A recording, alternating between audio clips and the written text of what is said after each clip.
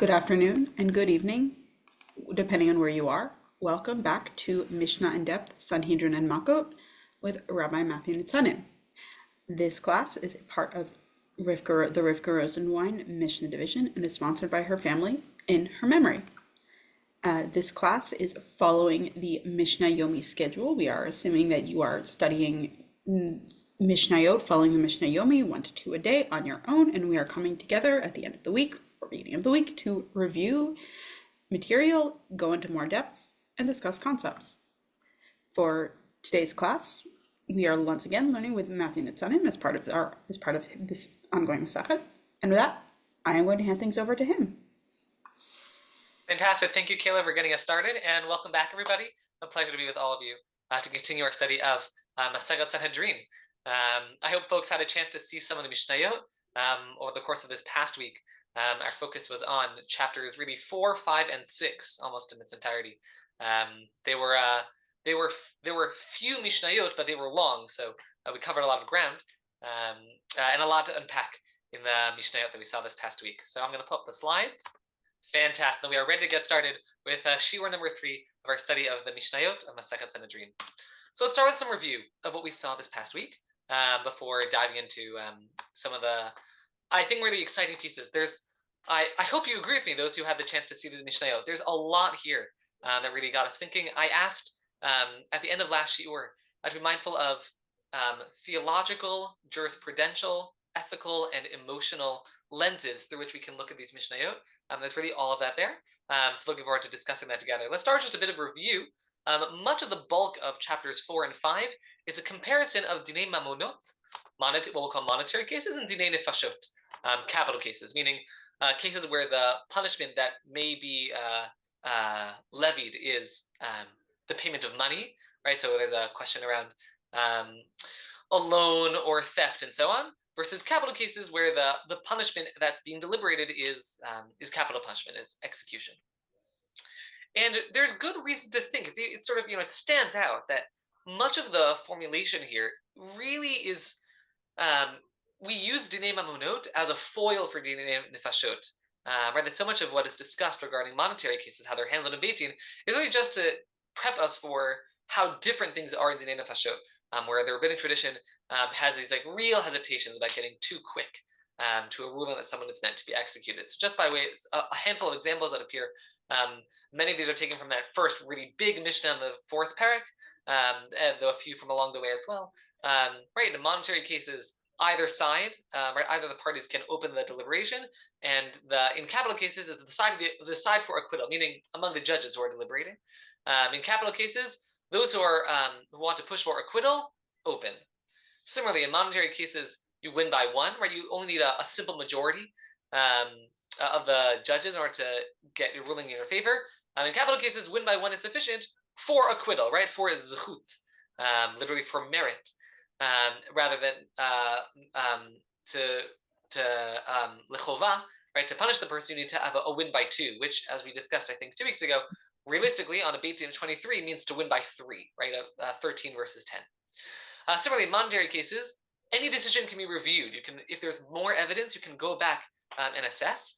And in capital cases, if there's new evidence indicating that we can find a zechut, we can find merit for someone who is ruled to be executed, we can go back and look at the case. But if we rule that if we acquitted the person and there's new evidence that they maybe should be killed, we won't, the evidence is inadmissible, and so on. And so it's clear that the Mishnah is really working at trying to demonstrate this distinction between how we handle monetary cases and this real hesitation around capital cases.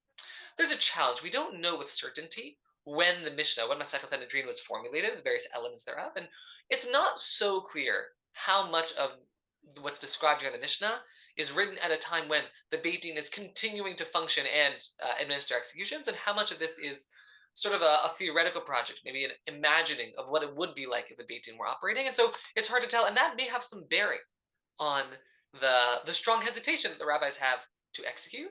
Right, we saw the very end of the 6th parak, I believe, right, where Rabbi Akiva, Rabbi Meir say, if it were up to us, we would never have executed anyone. We'd always find a way out. And Rabban Shimon Gamliel says, if you did that, you just have murderers all over the place, right?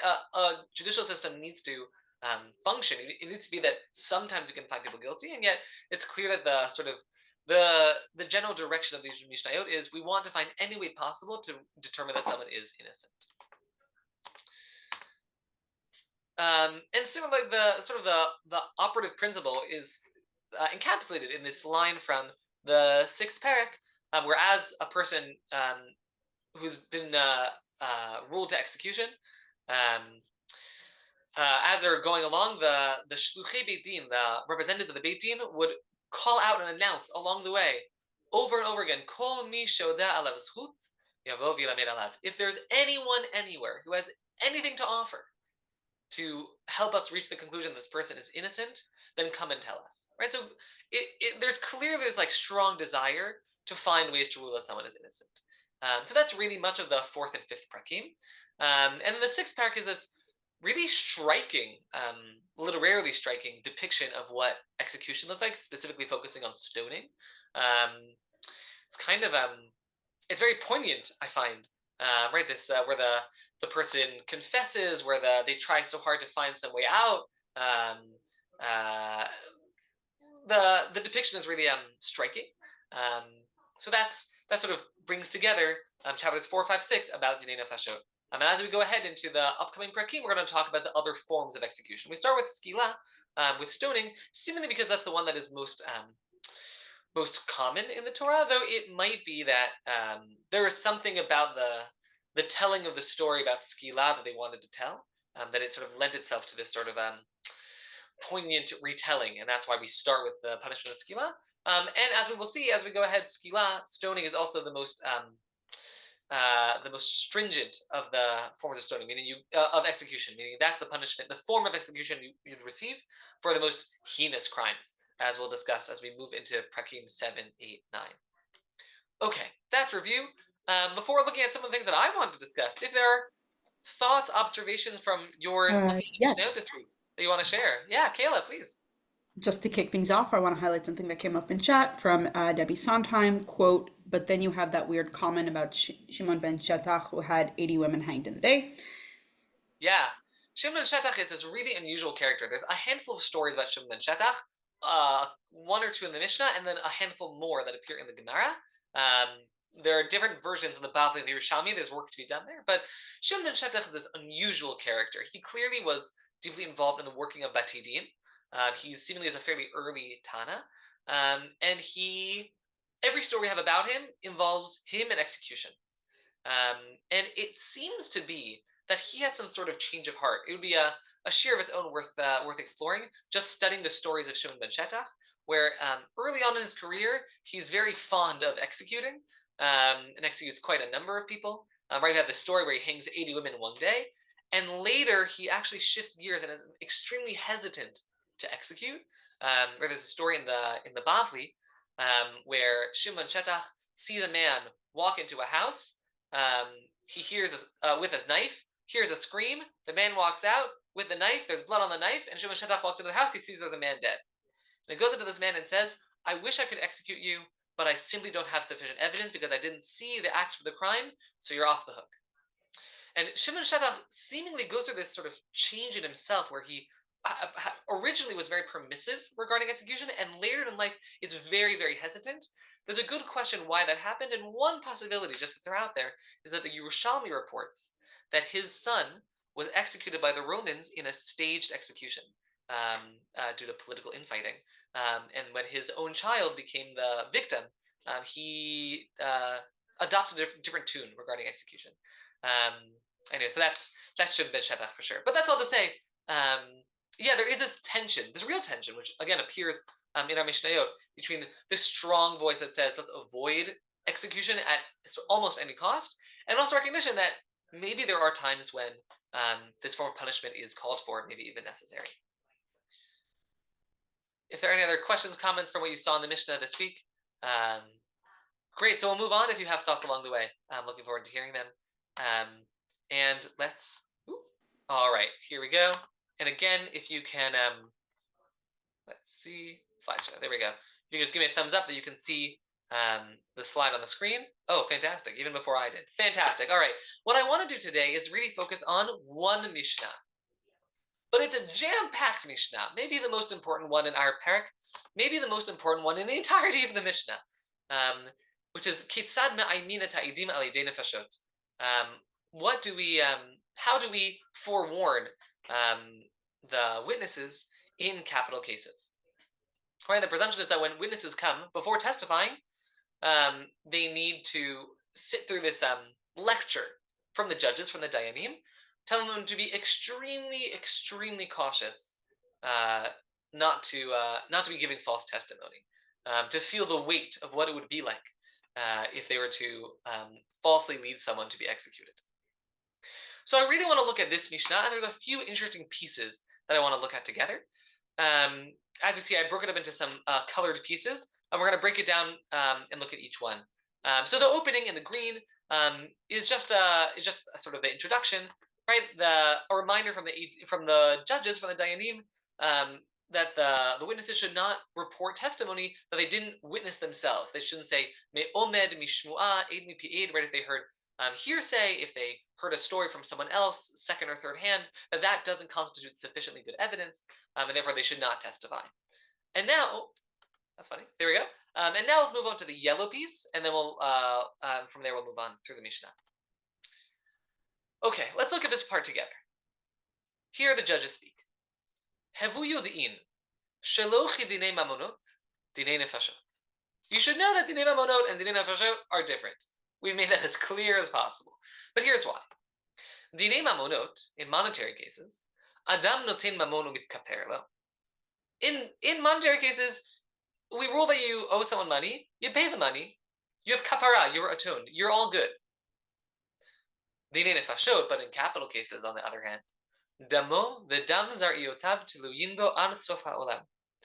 The blood of that person and of all of that person's descendants or potential descendants who will not be will rest upon you, right? The witness who testified falsely until the ends of the earth. Shekin matzinu bekayin sharag et achiv. In this regard, we know the story of Cain, right? The first story of murder of Cain who kills his brother Hevel. Shene'emar, as it says there in Torah, Dimei achicha tzoakim. The bloods, right? Dimei is a funny word. Dam is blood. Dimei is the plural of blood, so I guess we'll call that bloods. The bloods of your brother are screaming out from the earth. Eino omer dam achicha, ela dimei achicha damo v'dam zar'iotav. So the fact that the Torah uses the language of dimei achicha, right, the bloods of your brother, that indicates that it is not just it is not only for the death of this person that you are guilty, but for the bloods, right, for all those descendants who did not have the opportunity to be. Davar acher, additionally, dimei achicha, what might be the meaning of dimei achicha, the bloods of your brother? Shaya damo mushlach al ha'itzim v'ha'avanim. That the blood was cast upon the trees and the rocks, meaning that the blood had gotten to lots of places, and so there was a sense of a lot of it. Okay, certainly at face value, just a striking claim about what it means to take lightly the possibility of killing someone who ought not be killed. I want to focus for a moment on this line davar acher, this alternate reading. Here's my question to you: do you think that the davar acher is part of what the judges would say to the witnesses, or not? Feel free to call out.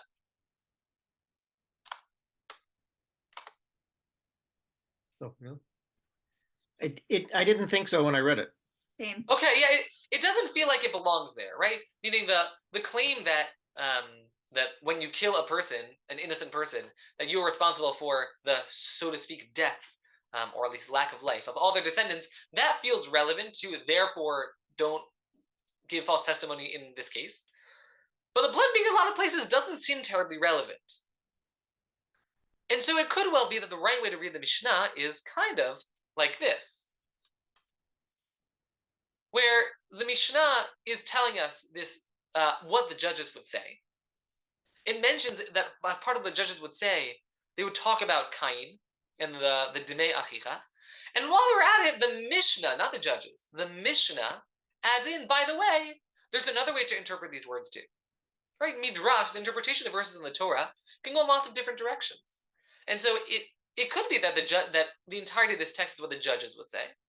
Or it could be that, no, the judges would just say this first part, and the Mishnah comes in when they were writing up the Mishnah. Some rabbi put in, some Tana put in. By the way, there's also another interpretation you might be interested in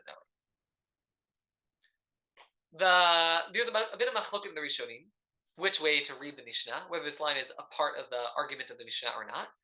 Right? Is it part of the what the judges are trying to convey, or is it simply an aside that gets added into the text of the Mishnah? Why does this matter? It matters because this case, I think it's fairly clear that we're talking about an aside. Or it's not clear what relevance it has. The fact that we now know, based on this section of the Mishnah, that it may be the case that our Mishnah has some asides that are not necessarily a part of what the judges say to the witnesses, we're now ready for the next part of the Mishnah. Okay? So here's what we want to do. We're now going to look at this next part of the Mishnah, the white part. What I'm going to do, I'm going to stop share for a moment. And on your respective devices, I'm going to put a link in the chat. Everyone in meeting. I'm just going to give you the text in Hebrew and English of this part of the Mishnah, this white part. And I would like you, on your own, if you're with someone, feel free to join them in learning. Take a few minutes and take another look at the Mishnah that you saw this week. Where's my mouse? Here we go. Take a look at this section of the Mishnah. And I want you to consider which parts of the Mishnah you think are an aside, and which are really a part of what the judges would say to the witnesses. So just bear with me for a moment. We can figure this out tech-wise. There we go. All right, so I'm going to post this here. 1 second. I once had a mouse. There we go. Okay. I think. There we go. All right. So take a look. You should have that in the chat. It has the Hebrew and the English of just this portion of the Mishnah. Take maybe a couple minutes, read it, and that's the question I want to be focusing on. I guess I'll pose two questions. One, which parts of the Mishnah, of this section of the Mishnah, are really a part of what the judges would say to the witnesses, and which do you think might be an aside that the editors of the Mishnah added later? And two, the really interesting question is there anything that seems off or surprising or absent from the argument that is posed by the Dayanim? All right, take a few minutes, open that up. Happy learning. Let's bring it back together. And I'd love to hear from your learning, this brief learning session. I've broken down this chunk of the Mishnah to 1, 2. Can you see my mouse, by the way, if I move my mouse? Oh, that's cool. Okay. Yes. 1, 2, 3, 4, 5 lines. Okay. My question is, what do we think is included? So let's just, by show of hands, who thinks that line number 1 would be recited by the judges? Okay, line number 2. Interesting. Line number 3. Line number 4. Which is 3? 3 is this one, about the apostates, the heretics. Line number 4. Line number 5. Okay, so interestingly, there's some machloket amongst the interpreters of the Mishnah how best to read what happens here. The minimalist view is that of the Yad Ramah, who's writes a commentary on Masechet Sanhedrin. Excuse me, and he the Yad Ramah thinks that only the first line is a part of what the judges say to the witnesses. This point, again, similar to what we said before about dam or demei achicha, right? The blood or bloods, right? Similarly, we have this notion that humans are created alone, therefore destroying one person is like destroying a whole world, and that's it. Everything else is just an aside. You know, the rabbis, they were curious folks. They put all sorts of midrashim ideas that they thought were relevant to this sort of fundamental, belief in Judaism, but it's not. It doesn't really belong in the court. The Meiri, in his commentary on Sanhedrin, has a clever answer. He thinks that the judges would say all of this, but only to dispel the false understanding of the witnesses. Meaning, Meiri claims that the relevant reason, again, if you're a witness and you're about to offer testimony in a capital case, we want you to appreciate that it's a really big deal when you kill someone or you lead someone to be executed.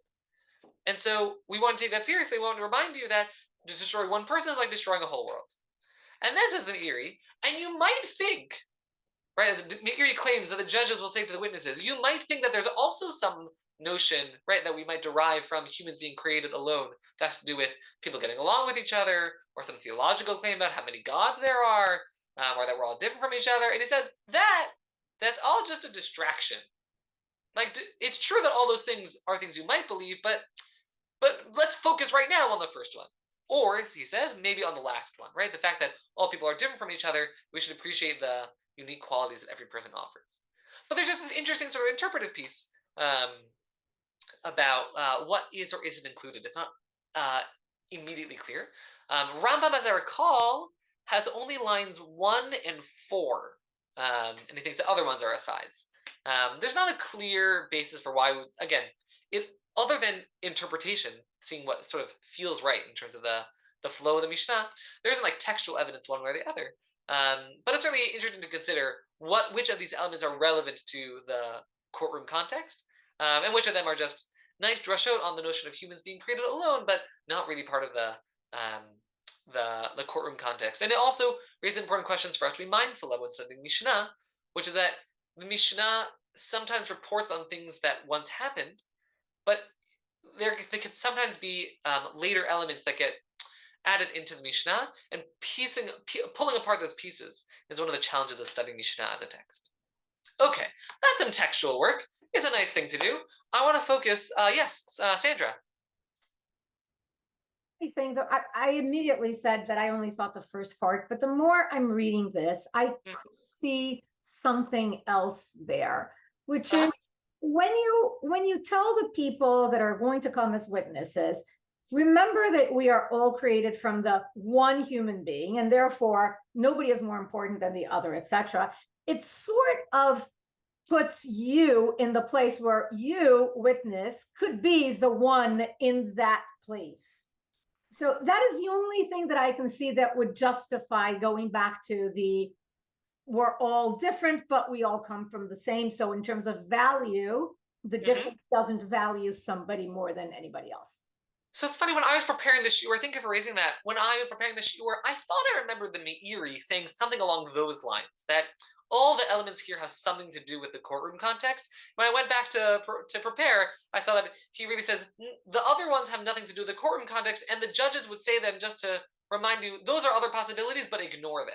But I agree with you that the hardest one might be maybe there was only one person so that we won't believe that there are multiple deities in the sky. It's hard to see what exactly that has to do with the courtroom context, with treating people well, not being quick to execute. But certainly the other ones about realizing that we're not better than other people, that everyone is unique, that every person can say the world was created for me. What we're talking about is the value of each human life, and so it certainly could well be that each of these pieces really belongs in the lecture that the judges give to the witnesses. I want to pause for a moment on that line about the deities, right? We talked about that. We first addressed this textual question: how exactly should we read the Mishnah? But I want to get to some conceptual theological work that's happening here too. First of all, when it says "Lefichach nivra adam yechidi," humans, mankind was created alone. What does that mean? In what sense was humankind, according to our tradition, created alone? Unique. What's unique about humans? Tselem Elokim. Oh, wow. What's unique about humans is that they're created in the image of God. B'tselem Elohim. Now, I think that the word yechidi here does not mean unique, like special, but actually means something like alone, right? And hence the claim, if you destroy one person, it is akin to destroying an entire world, because there was once a time when there was only one person on earth. And so out of any one person could emerge the entirety of humanity. So I think the term yechidi here is referring to the fact that humans were created alone, in the singular, rather than that they are unique.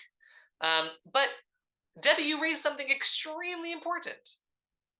Here we have a Mishnah that presents a speech that was given by judges to witnesses to remind them to be extremely careful not to kill wrongly. And they bring evidence from the story of the creation of humans. Now, if I was going to give you a speech, a little lecture about how there's something about the creation of something I want to borrow from the story of creation of humans that reminds me to be really careful not to kill people, what should be here? Tselem Elokim should be here, and it's not. We have this whole speech about how humans are created alone, the one is equal to all of them, and there's nothing about the fact that there's something special about humans, namely they're created in the image of God, despite the fact that it says in at the not in the creation story, but the end of the Noach story, the end of the flood story, Shofech dam ha'adam ba'adam damo yishafech, that if you kill, you too must be killed. Why? Ki b'tselem Elohim asat ha'adam, because humans are created in the divine image. It's pretty explicit in the Torah that the thing that we learn from the creation, the story of the creation of humans, that should lead us to the conclusion that human life is precious and we shouldn't be quick to kill, is Tselem Elohim. And the rabbis totally bypassed it in this Mishnah. They found everything else to say about the creation of humans, but not the thing about Tselem Elohim. And the question is, why is Tselem Elohim not here? Why is the focus on the fact that humans are created alone? Now, before addressing that, which is what I'm going to look at next, while we're still here, I just want to get at the point. Still, what does it mean that humans are created alone? In what sense? Think back to Genesis. Think back to Breshit. What does it mean that humans are created alone?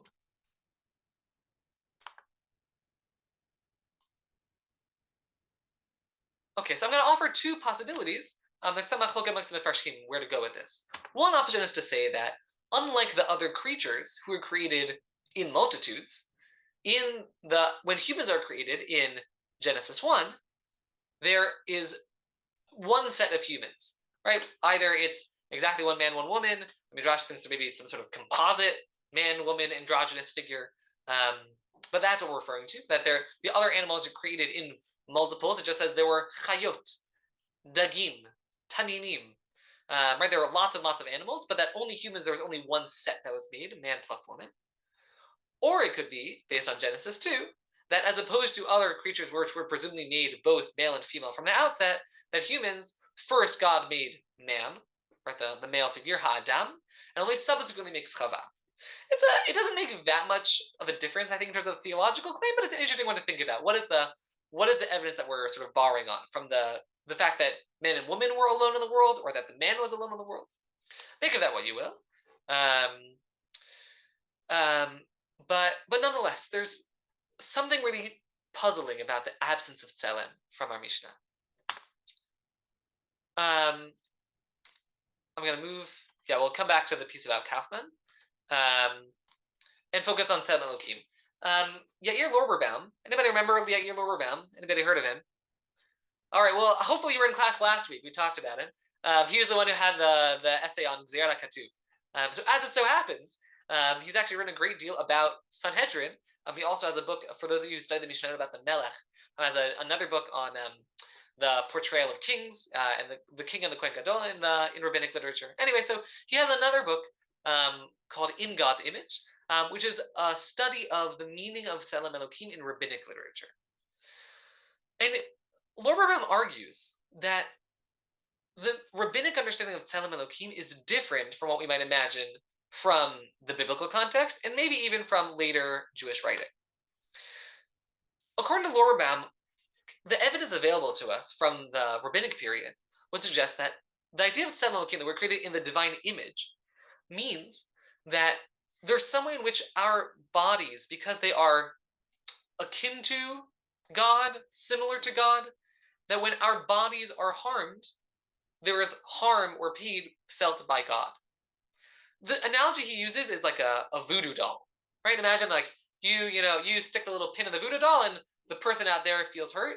That, according to Lorberbaum, is how the rabbis understand Tselem Elokim. It's not telling us about the intrinsic value of humans.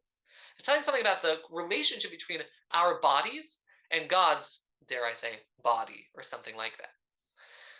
He thinks that this has to do with a Greco-Roman conception of idols, where there's a sense in which the same way that an idol isn't actually the deity, but stands in for the deity, and disgrace to the idol is felt as disgrace to the deity. So that idea is borrowed, but rather than idols, it is sort of placed on humans, that when a human is harmed, God feels harm. And great evidence for this, this is really a key element of his study in the book, is a Mishnah that we saw this week in the 6th parak. Amar Rabbi Meir, Bizman she'adam mitzta'er, right? He's describing a person who's being executed. When a person suffers, Shechina ma halashon omeret kiviyachol. What expression does the divine presence use? It's a clunky term, but something like what does God say? God says, Kalani merushi, kalani mizroi. I'm distressed about my head. I'm distressed about my arm.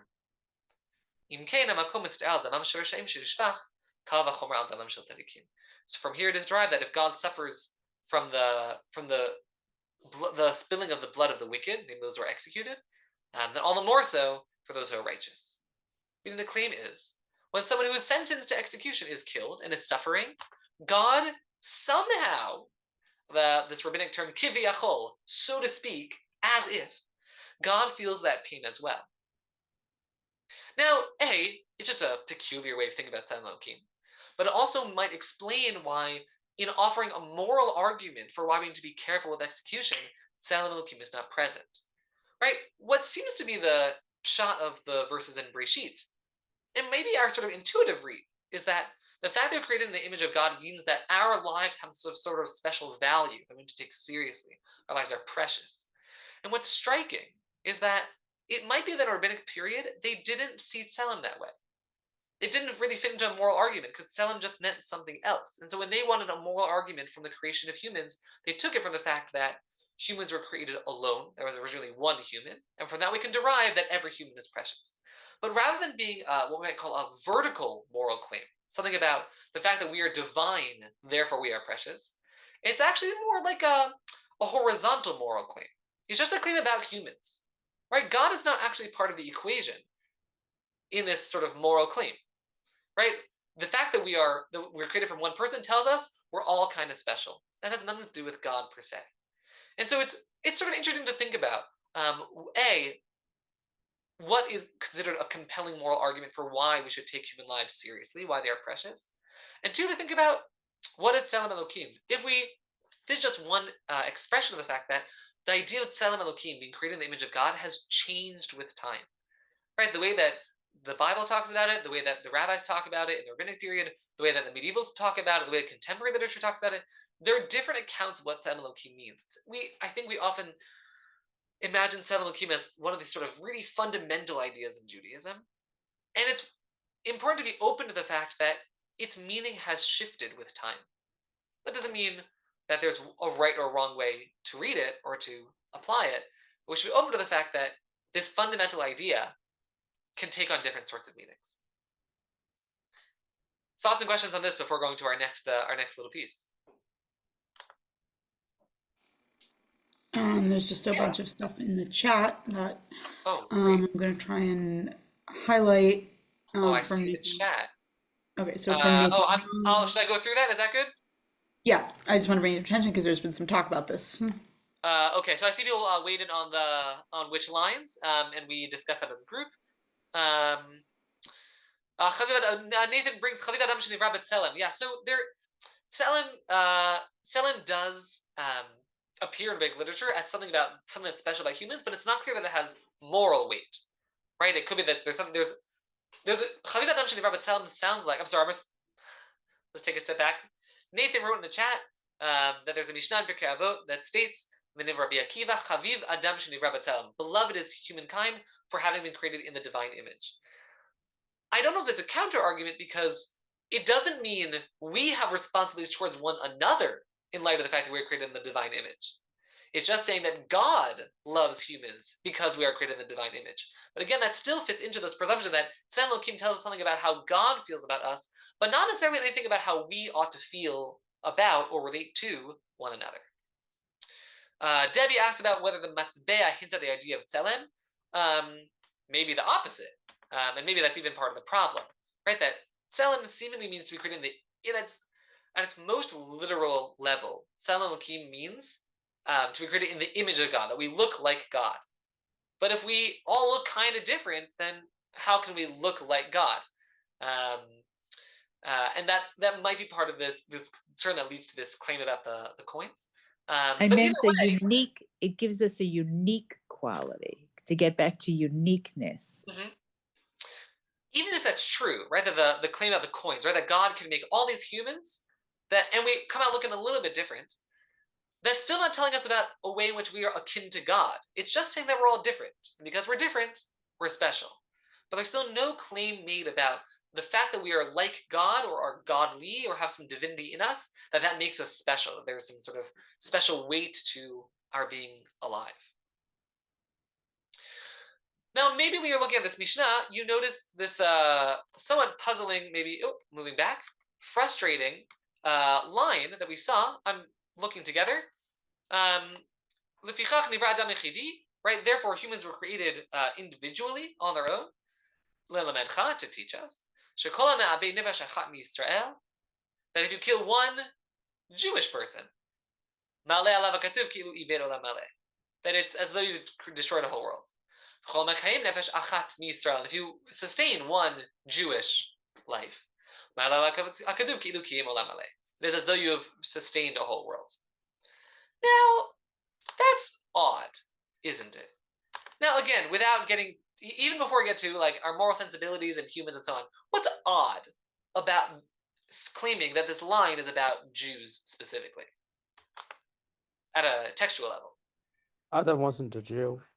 Yeah, as best as we can tell, Adam, the first person, was not a Jew. Right? We're making a claim about the creation of humans. And so it's very odd to say that what we're learning from this claim that there was originally one human, there's something special about Jews. It just, the logic doesn't flow so well. Now, you could take a sort of drastic read that's associated with the Maharami Prague takes something of this direction.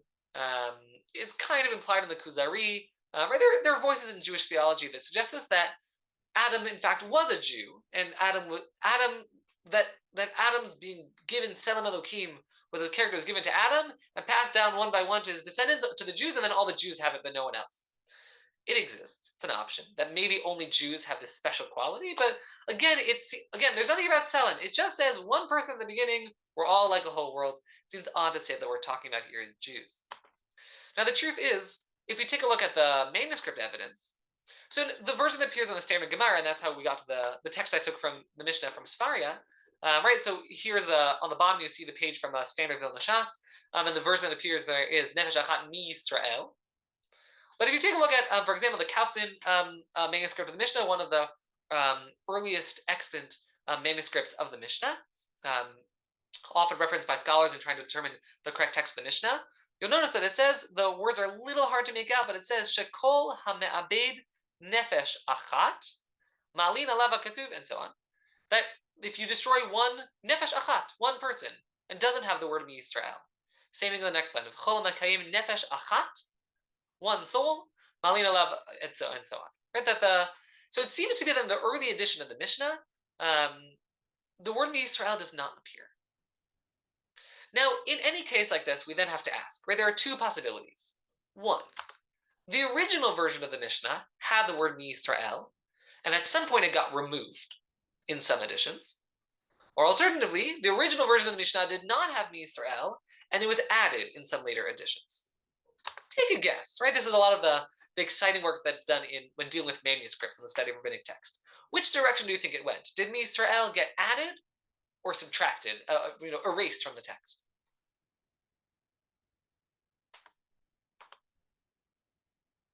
Added. Was that Debbie? Yeah. You think got added. And what makes you think that? I think that the movement wowould be to make it more Judaicized. Yeah, there's definitely a strong argument there that, that again, at face value, the claim that we're making about humans sounds like it should be a claim about humans, and that the original text should really be Nefesh Achat. And at some point, someone decides that they just have like stronger tribal feelings. They feel that we should be focused on the welfare of Jews, and adds in this word Yisrael. Totally a possibility. So I want to make a counter argument. Nathan, I see you have a hand. Are you offering counter argument? Yes, I'd like to make a counter argument. But I'm not an expert in manuscripts. But I did look at Bava Kama, or maybe it was Bava Metzia, got for the Mishnah Yomit on the Kappa manuscript. I noticed some mistakes, like scribal errors that not even like an alternate tradition, like just yeah, and I can't remember exactly that For sure. what Yeah, it I was. even But Nathan, I would even say there could be a scribal error that like the word got lost, though it would be odd that we in the same sentence lost the same word twice, right? It looks a little bit like it's intentional, but it might be that there's something about censorship, right? It could be that the early edition said it was only about Jews, and the censors, right? The Catholic Church wasn't especially fond of this idea and took out the word Yisrael so that it was a more universalist moral claim. It's hard to know with certainty which way it goes. What's the original text? Interestingly, Rav Shlomo Goren, first the chief rabbi of the Israeli military, and later the chief rabbi of the state of Israel, authored a work called Meshiv Milchama, in which he addresses the halachot of warfare. He thought it was an extremely important project. Writing, I believe the book came out in the 60s, maybe even before 67, though I have to go back and check. But he really thought that in a world in which there is, a Jewish standing army for the first time in millennia, that we need to work out what the Torah's expectations are of a Jewish military. And so he writes this book, Meshiv Milchama. And the introductory piece of Meshiv Milchama is exactly this question. He asks, what is the original text? Does it say that every Jewish life is precious or that every human life is precious? And he goes through all the manuscript work. He goes through the editions of the Mishnah and the Tosefta and the Yerushalmi and Mechilta, and he goes through all these different pieces, and he says, I am certain the evidence seems to suggest that the original version was that all human lives are of value, and the thing about Jews got added in later. But it's hard to know. It's hard to make definitive claims when it comes to manuscript work, but Rav Goren argues fairly compellingly that all the texts available to us prior to standard versions of the Bavli all seem to retain the version that has Nefesh Achat and not Nefesh Achat Mi Yisrael. The Jewish thing does not appear in most of the texts we have available to us, and he claims that the Mi Yisrael was added later. Now, he has an agenda, because he does think, in his work on military ethics, that we should value every human life. That's certainly, he's not writing without bias. But he argues, based on the available textual evidence, that really the original version is about all human life. There is a really peculiar twist in this story, which is that if we really want to figure out, well, what's the original version of the text, then we can check Jewish texts, the various editions of the Bavli, Yerushalmi. We're not sure what got mangled along the way, right? We're not sure which text got shifted. And it would be helpful if we had some outside evidence. If there was anyone from outside our tradition that wasn't playing around with this question, how should we formulate it? How should we not? Someone who can just tell us from the outside what it once said. And we have that from all places, the Quran. What can I tell you? There's a line in the Quran in 532 that reads as follows. That is why we ordained for the children of Israel that whoever takes a life, unless as a punishment for murder or mischief in the land, it will be as if they killed all of humanity, and whoever saves a life, it will be as if they saved all of humanity. Now, the Quran then goes on to say that the Jews failed to do this, and that's why they're in trouble, and so on. But in terms of our question, what is the original version of the text? It seems to be that the Quran, again, authored somewhere in like the 600s, 700s, seems to presume that the accurate version of the claim that clearly stems from our Mishnah is all lives, not all Jewish lives. So, in a funny twist, it might be that the most compelling piece of evidence in this question is actually from the Quran, which would suggest that the original version is about all of humanity. Okay, I'm going to pause here for questions, comments, concerns before moving on.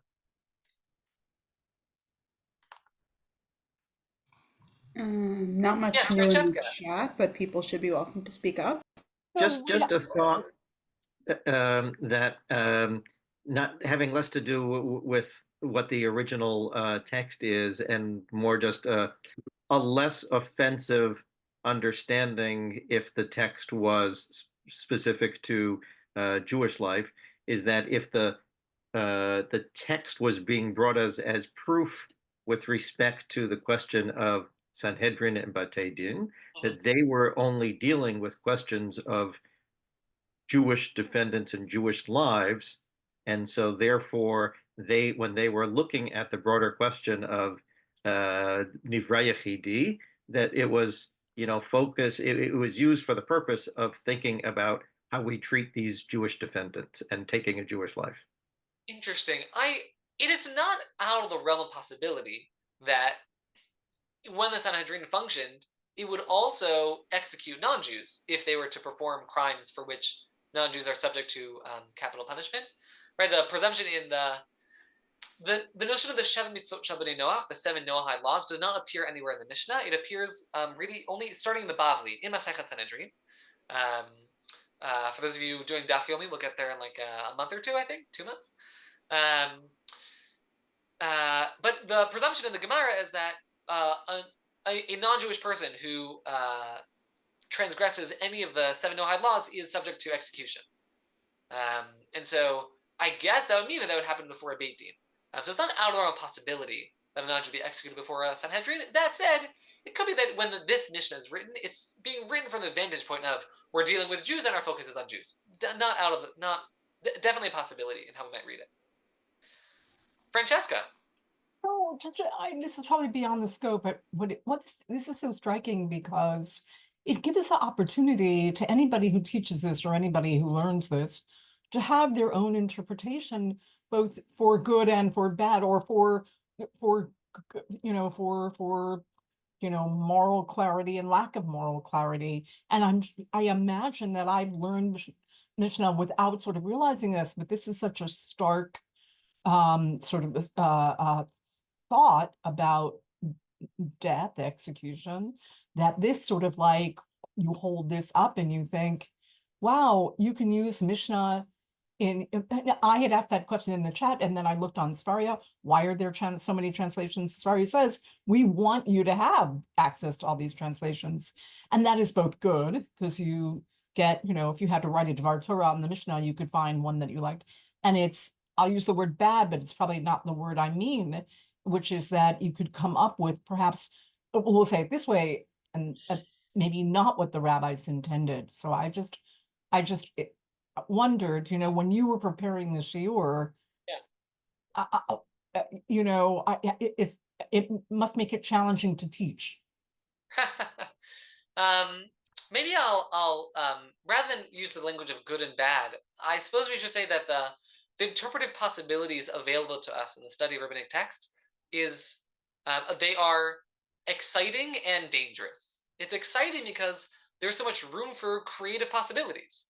And the rabbis are doing this all the time. I think we talked about that 2 weeks ago, right? Where the rabbis have these really radical reads of the psukim in order to get to the jurisprudential conclusions they want to about how the Beit Din should function. So we get to do that also, or someone gets to do that. That's exciting, but it's dangerous because if you can interpret anything to mean anything, well, then there are really no guardrails to where text can be taken. I didn't bring it here. I was guessing we wouldn't have enough time. In retrospect, maybe we could have stuck it in.